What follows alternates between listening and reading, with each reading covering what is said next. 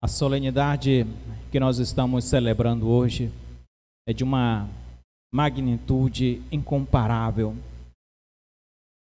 É talvez, se não, a maior festa onde Deus demonstra, representa e revela o máximo da sua potência. São Paulo diz que todos nós em Adão pecamos, todos pecaram. E a igreja, ela afirma que tem uma na história da humanidade que não experimentou pecado.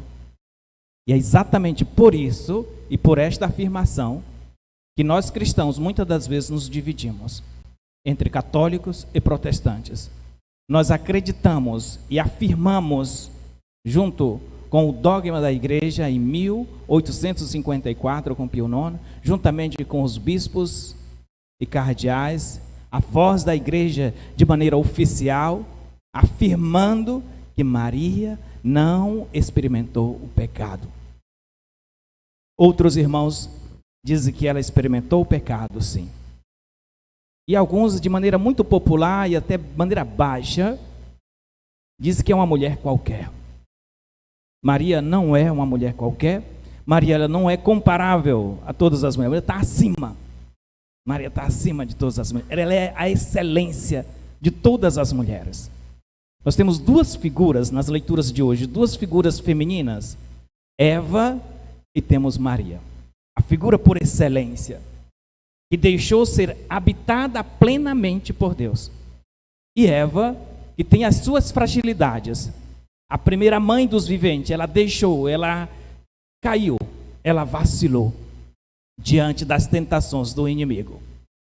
Se vocês olharem bem e com atenção à história, as pessoas muitas das vezes ficam fixados na imagem de Eva. Essa imagem da mulher negativa. Quase como a origem do pecado de toda a história começou com a mulher, e parece que com o pecado, quando ele se expressa, ainda hoje é culpa da mulher. Aconteceu algo de extraordinário em Maria. Aqui deveria apagar toda aquela imagem negativa sobre a mulher, mas o homem, as gerações e gerações, ela insiste em olhar para a mulher de maneira negativa. De olhar para a mulher, às vezes, quanta negatividade tem. Mas essa negatividade aconteceu lá com Eva e lá ficou. Quando Maria, ela entra na nossa história e não experimenta o pecado, essa mulher vai fazer total diferença. Então aqui nós temos dois discursos, nós temos dois diálogos. Na primeira leitura nós temos um diálogo de Deus com o humano, com a humanidade, na pessoa de Adão, na pessoa de Eva, a mãe dos viventes, destinado à morte porque são pecadores. Um diálogo onde tem em torno e movido por uma causa, o pecado. O homem pecou e em cima deste pecado tem uma consequência, em cima dessas consequências você vê Deus estabelecendo um diálogo com Adão. Um diálogo muito interessante, por sinal. Vejam, o pecado, ele entra na nossa história tardivamente. Deus fez o homem à sua imagem e semelhança, portanto, o fez perfeito. O homem, ele se relacionava com a natureza, ele se relacionava com as pessoas, ele se relacionava com Deus sem nenhum medo. Aqui, pela primeira vez, nós escutamos a palavra medo. O homem começa a sentir medo na medida que ele experimenta o pecado. Ele sente medo, ele se esconde, ele não assume culpas. Adão, aonde tu estás? Essa pergunta de Deus é tão interessante.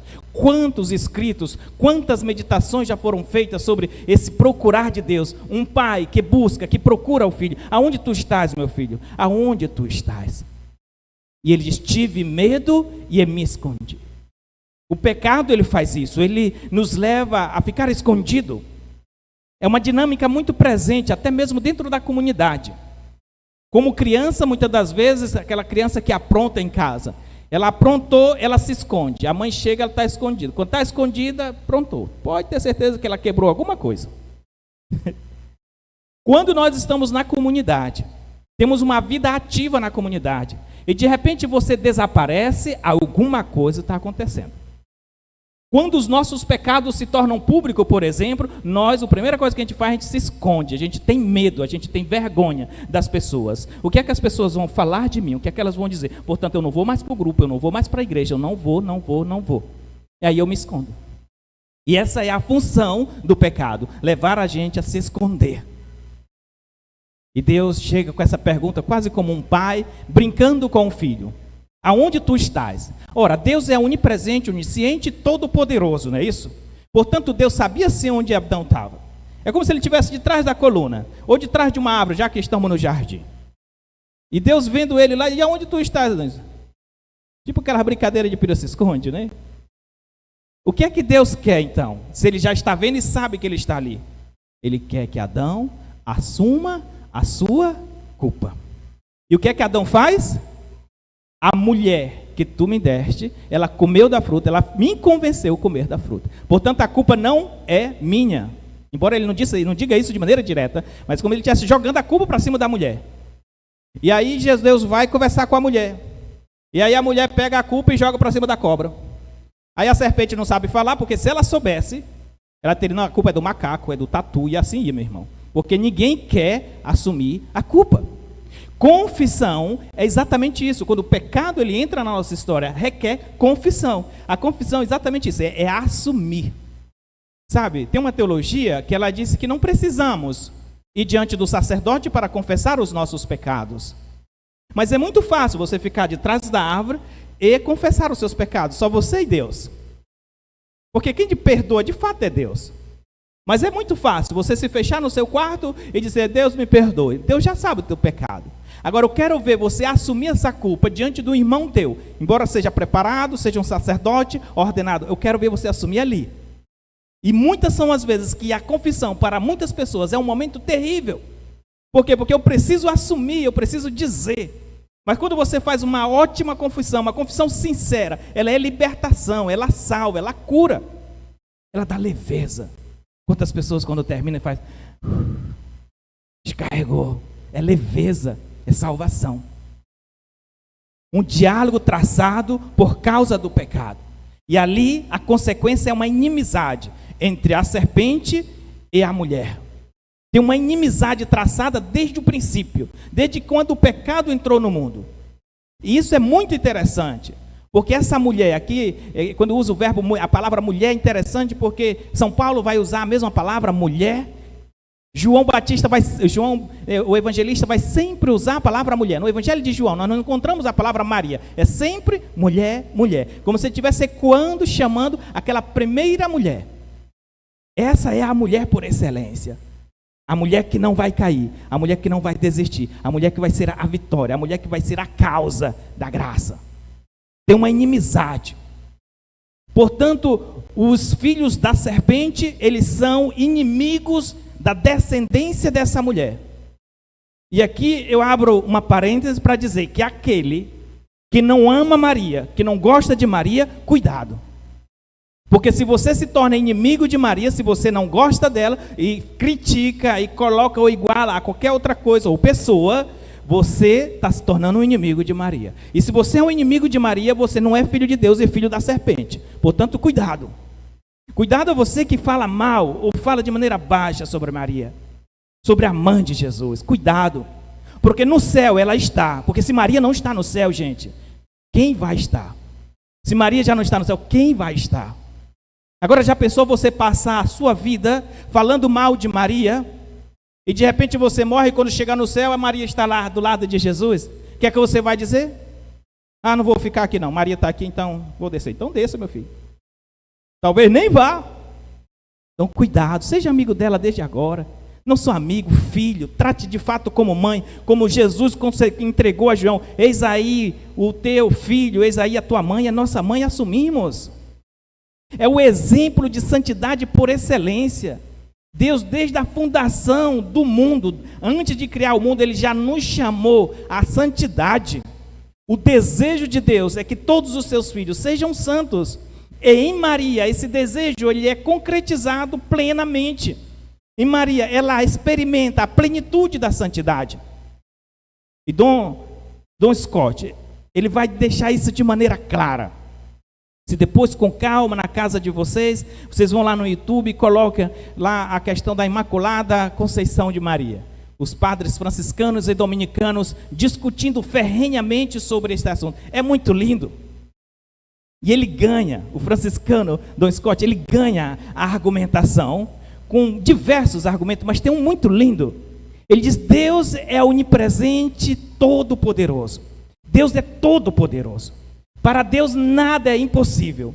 E é exatamente porque Ele é todo-poderoso que Ele foi capaz de preservar uma pessoa do pecado. Para dizer: eu sou mais forte do que o pecado. Se Deus não tivesse preservado uma pessoa na história da humanidade do pecado, talvez alguém poderia levantar um discurso ou um raciocínio em dizer que Ele não é todo-poderoso. Que o pecado pode ser até mais forte do que Ele, mas Ele preservou, ou seja, Ele não deixou nem o pecado tocar. Isso é muito forte. Sabe, uma coisa é eu estar caminhando no caminho, como diz Dom Henrique, e cair na lama, e depois Deus vai lá, me tira e me lava.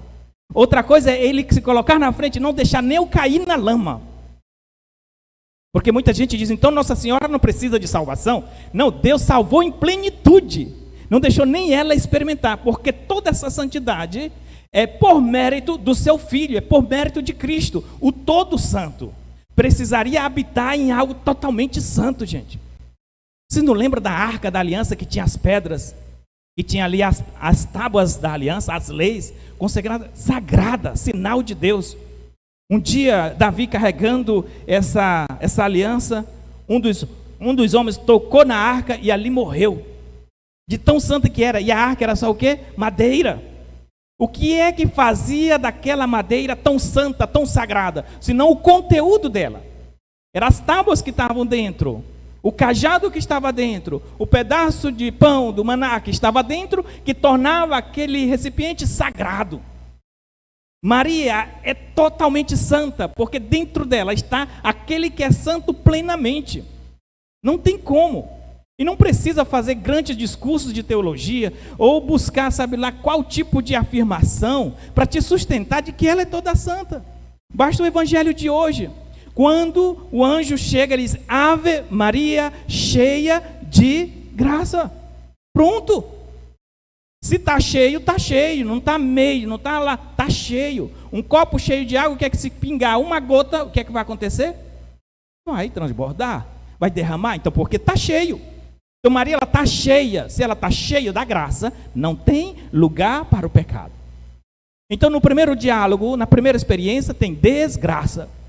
No segundo diálogo, embora seja intenso, porque Maria ficou perturbada, Maria duvidou, Maria se questionou, Maria ela só disse o fiat, Maria só disse sim, depois que o anjo disse: para Deus nada é impossível, inclusive te preservar do pecado, porque Ele é todo poderoso. Para Deus nada é impossíble. Quando disse isso, ela disse: ok, sim. Ela abriu as portas e Deus se encarnou e entrou na nossa história.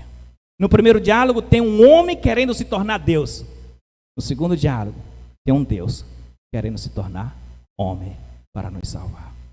Que todos nós possamos tomar consciência que nós precisamos viver na graça, que nós precisamos buscar intensamente a santidade intensamente. Nós vivemos em um mundo onde a graça se torna cada vez mais algo realmente escasso. O que a gente mais percebe são pessoas na desgraça, ou seja, pessoas que vivem na ausência da graça. Nós somos filhos de uma mulher que é graça em plenitude. Você não pode viver longe dela. Aproveite as confissões, aproveite os seus arrependimentos, busque a sua igreja, vive os seus sacramentos, viva intensamente o evangelho, deixe a palavra de Deus, como ela disse: Senhor, faça-se em mim, portanto, a sua vontade. Esse é o grande milagre, e eu direi que é o nosso objetivo aqui na terra, fazer com que a vontade de Deus encontre espaço dentro de nós e se concretize.